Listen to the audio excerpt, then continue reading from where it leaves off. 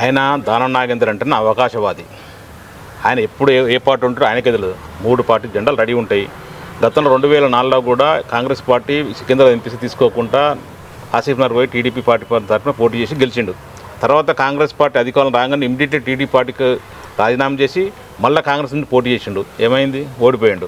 ఇప్పుడు కూడా అదే రిపీట్ అవుతుంది 100%. తర్వాత కాంగ్రెస్ నుంచి గెలిచిన తర్వాత మళ్ళీ కాంగ్రెస్ పార్టీ పరిస్థితి బాగాలేదని చెప్పగానే 2018లో బీఆర్ఎస్ పార్టీకి వచ్చిండు. ఈడ సరే అప్పుడు ఉన్న ముఖ్యమంత్రి కేసీఆర్ గారు గౌరవించి సరే సీనియర్ నాయకులను గౌరవించి టికెట్ ఇవ్వడం జరిగింది, అన్ని విధాలు ఆదుకోవడం జరిగింది. తర్వాత గెలిచిండు. 2018 నుంచి 2023 వరకు అనేక కబ్జాలు సెటిల్మెంట్ చేసుకున్నాయి. అయినా కూడా పెద్ద పట్టించుకోలేదు. 2023లో కూడా మళ్ళీ టికెట్ ఇచ్చారు, మళ్ళీ గెలిపించారు పార్టీ అప్పుడున్న గౌరవ ముఖ్యమంత్రి కేసీఆర్ గారు. 2023లో గెలిచిన తర్వాత ఇమీడియట్లీ కాంగ్రెస్ పార్టీ అధికారం రాగానే ఒక్క నిమిషం కూడా ఆగలేదు. ఆయనకు అధికారం కావాలి, అధికారమే పరమావధి కానీ లేదు